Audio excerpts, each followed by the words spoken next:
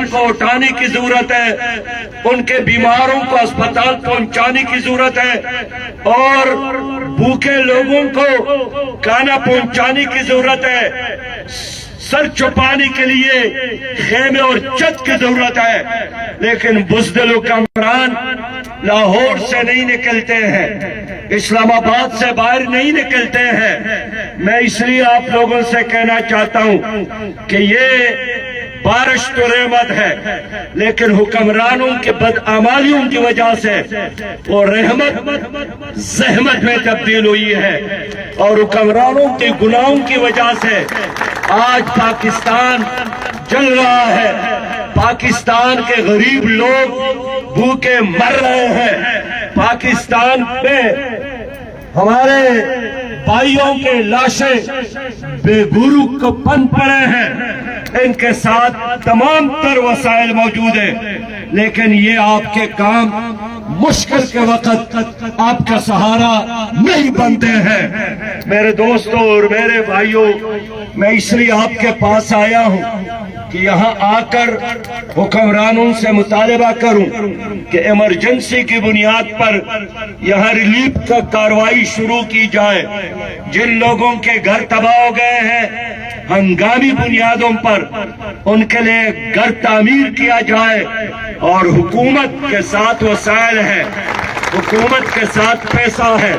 میرا مطالبہ یہی ہے کہ جن لوگوں کا نقصان ہوا ہے فوری طور پر سروے کیا جائے اور نقصانات کا ازالہ کیا جائے۔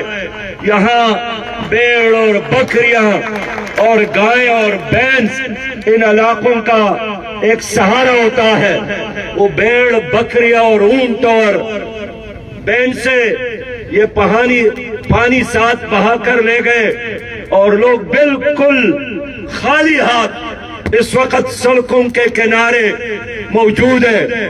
الخدمت فاؤنڈیشن یقیناً امداد کر رہی ہے، لیکن وہ ایک ریاست نہیں ہے، وہ ایک فلاحی ادارہ ہے۔ یہ اصل میں حکومت کا کام ہے۔ یہ جو ڈیزاسٹر مینجمنٹ کا محکمہ ہے، ان کے ساتھ ارباں کا پیسہ موجود ہے۔ میں حیران ہوں کہ وہ پیسہ یہ لوگ کہاں استعمال کرتے ہیں۔ آپس میں کرپشن کے نظر کرتے ہیں، اور جو تھوڑا بہت امداد آتا ہے وہ یہاں کا ایم پی اے اور یہاں کا ایم این اے سیاسی بنیادوں پر تقسیم کرتا ہے۔ میں اس لیے عوام سے اپیل کرتا ہوں کہ جہاں جہاں یہ ظلم ہو رہا ہے وہاں لوگوں کو لے کر ڈپٹی کمشنر کے دفتر پر بیٹھ جائے، کمشنر کے دفتر پر بیٹھ جائے، ایس ایس پی کے دفتر پر بیٹھ جائے، ایم این اے اور M N A M P A کے گھروں کے باہر دھرنے دے دے۔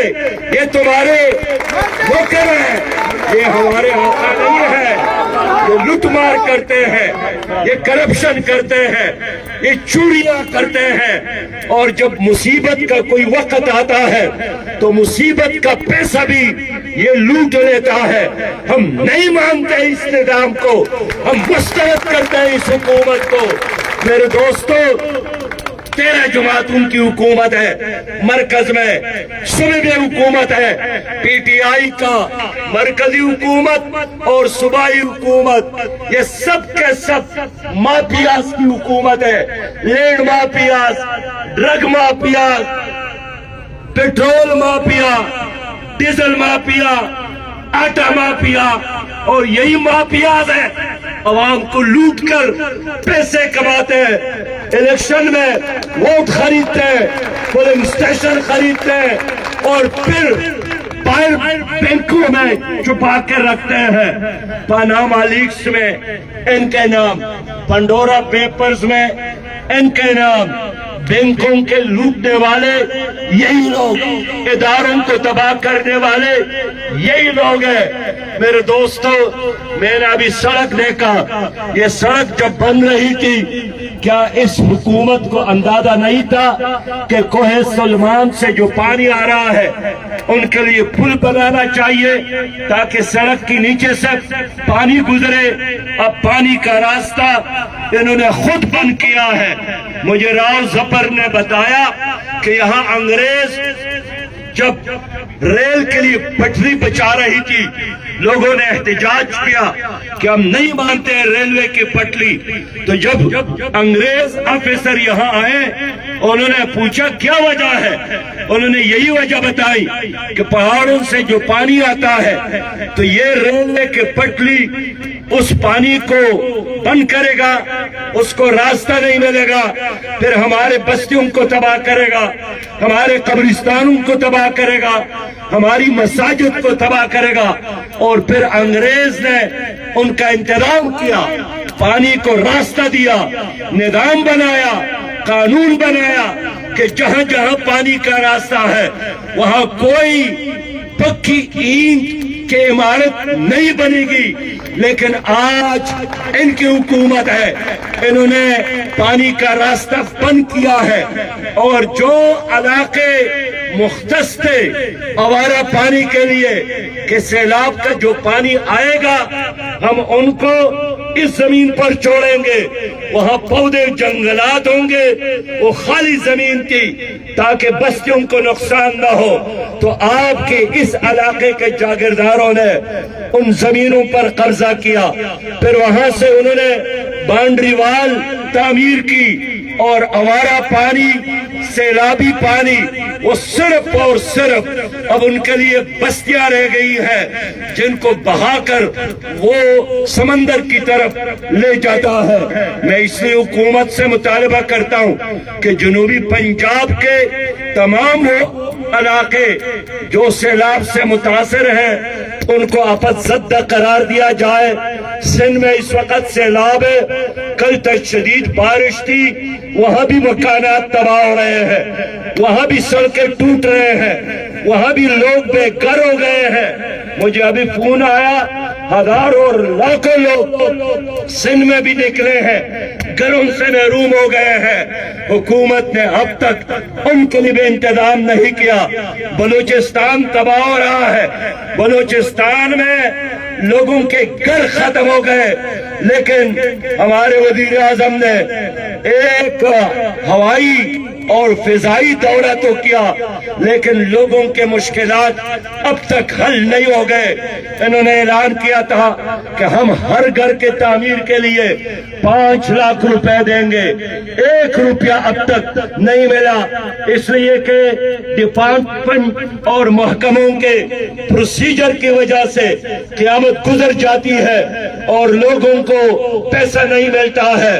میں اس لیے کہنا چاہتا ہوں کہ ان تمام علاقوں کو آفت زدہ قرار دیا جائے، اور جب اربوں پیسہ پڑا ہے تو ان خزانوں کا منہ کھولا جائے، عوام پر خرچ کیا جائے۔ اگر انہوں نے یہ کام نہیں کیا پھر کیا کریں گے؟ پھر میں آپ سے وعدہ کرتا ہوں اور آپ لوگوں نے ساتھ دینا، میں نے ان جلوسوں کی قیادت خود کرنا ہے، اور وزیر اعلیٰ کا ہاؤس، وزیر اعظم کا ہاؤس، اس کا گھیراؤ کرنا ہے، اور آپ کے حقوق کے لیے ہر قربانی دینے کے لیے انشاءاللہ تعالی ہم تیار ہیں۔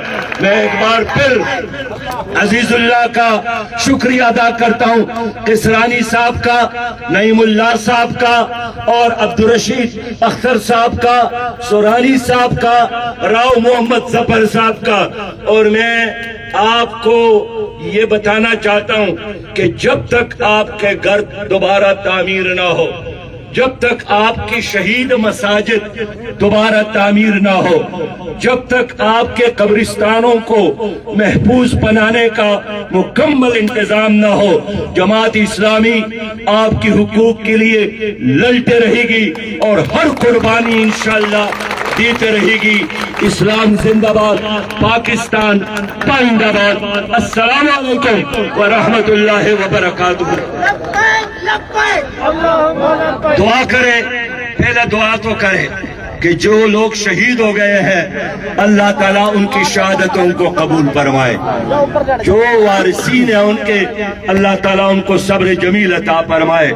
اللہ رب کریم جو مصیبت اس وقت اور امتحان آیا ہے، ہمیں مصیبت اور اس امتحان میں کامیابی عطا فرما۔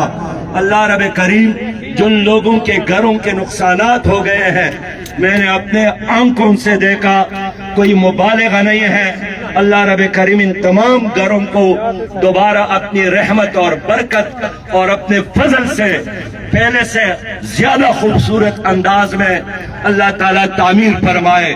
اللہ ہماری حکمرانوں کو یا تو عقل دے کہ قوم کی خدمت کرے، یا ان کو ہمارے سروں سے اٹھا دے اور سمندر میں غرق کر لے تاکہ اس بوجھ سے ہمیں نجات ملے۔ اللہم ربنا تقبل منا انک انت السمیع العلیم۔